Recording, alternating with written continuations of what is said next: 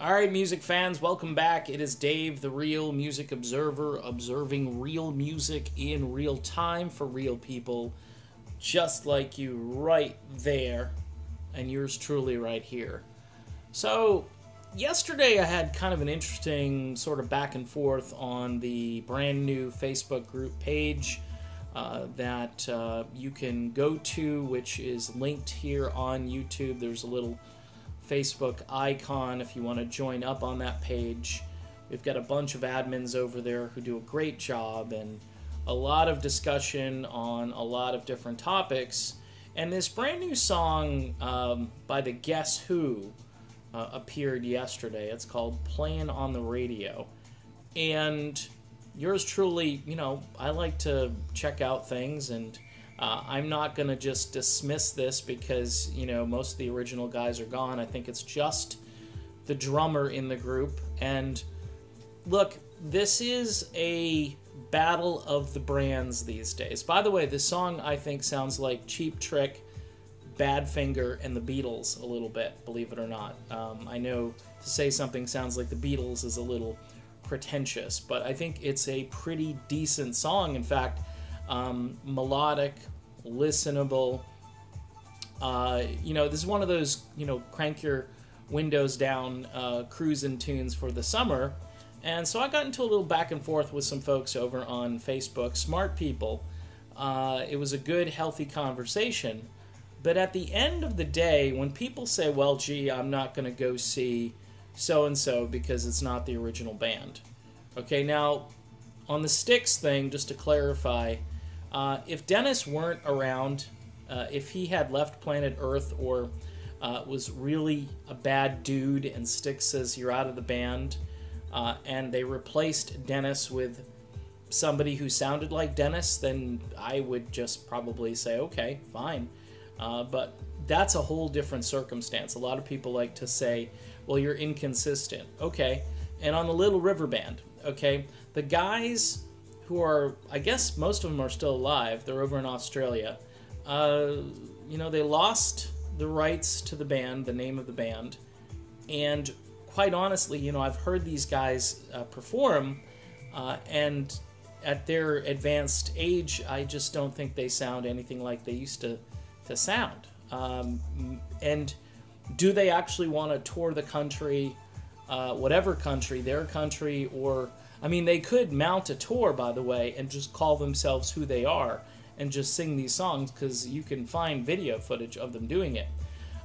They're just upset because, again, the brand, I'll call it the brand because that's really what it is. Think of sports teams, okay? Music, older bands are now kind of like the whole sports team thing, where your team has an ace pitcher. Eventually he gets too old. He can't throw the fastball anymore.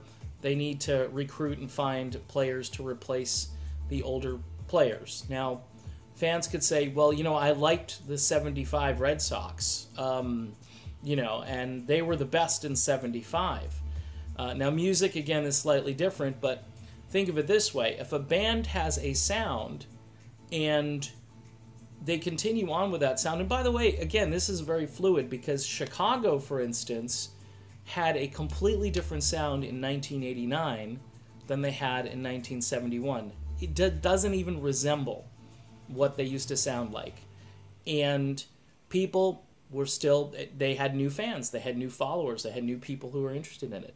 And I think, honestly, that's what's going to occur with a lot of the older rock bands. And I also make this argument that you have to have melodic rock out there. You have to have it. And nobody is coming along to replace this music. It's, you know, so if you've got a brand name, like Molly Hatchet, for instance, they're about to play in Macon, Georgia. I don't think there's anybody in that band that's original. And people are going to show up in droves. Why? Because it's almost like a cultural event. Southern rock is very endearing to people in the South, and there's a lot of sort of Southern pride that goes along with that. And these guys, you may say, well, they're just taking advantage of these poor people who just don't, and I get this argument a lot, you know, these people are being duped. They're buying their tickets not knowing anything. they're buying their tickets to go enjoy themselves and have some fun for a few hours and listen to some music that they love and they cherish. So that's the other argument here. So the Guess Who, they go out there and they play their older hits.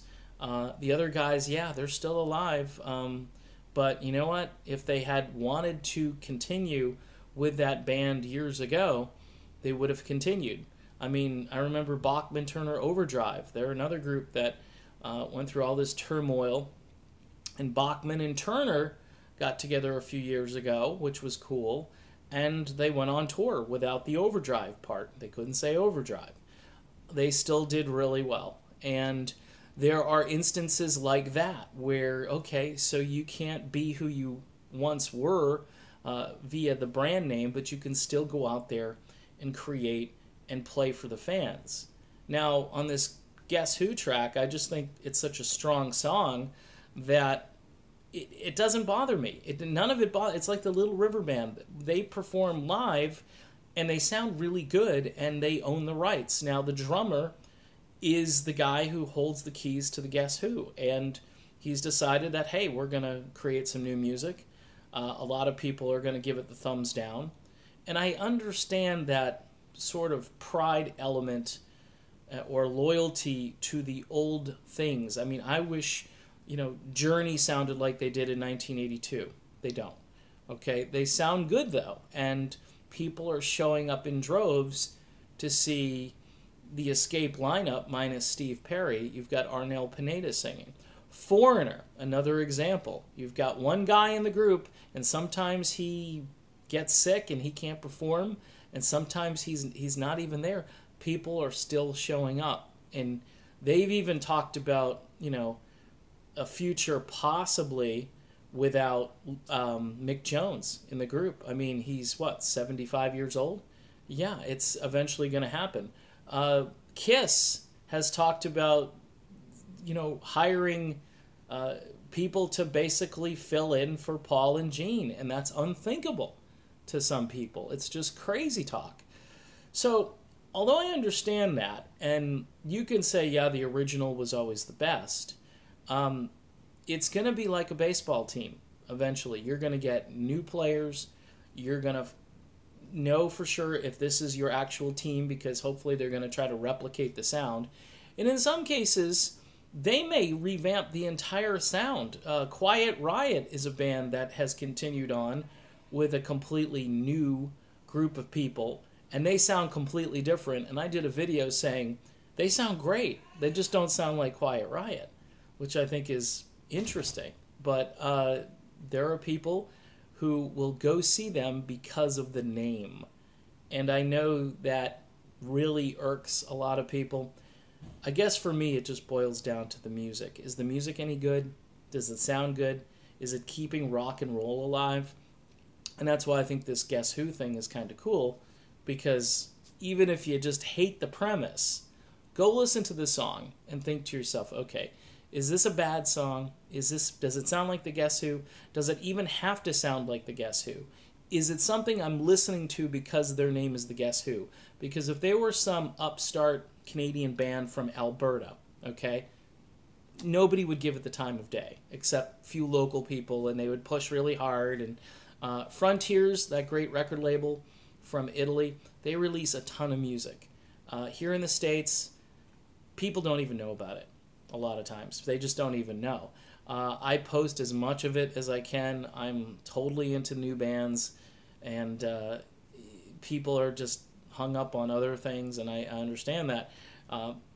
They're hung up on older bands, and then when older bands basically regroup or revamp their entire lineup, then, they lose there. So in order to keep this music alive, because there isn't a bumper crop of younger musicians that want to continue this, they basically have found a niche in pop or rap or some other thing that is currently generating lots of money.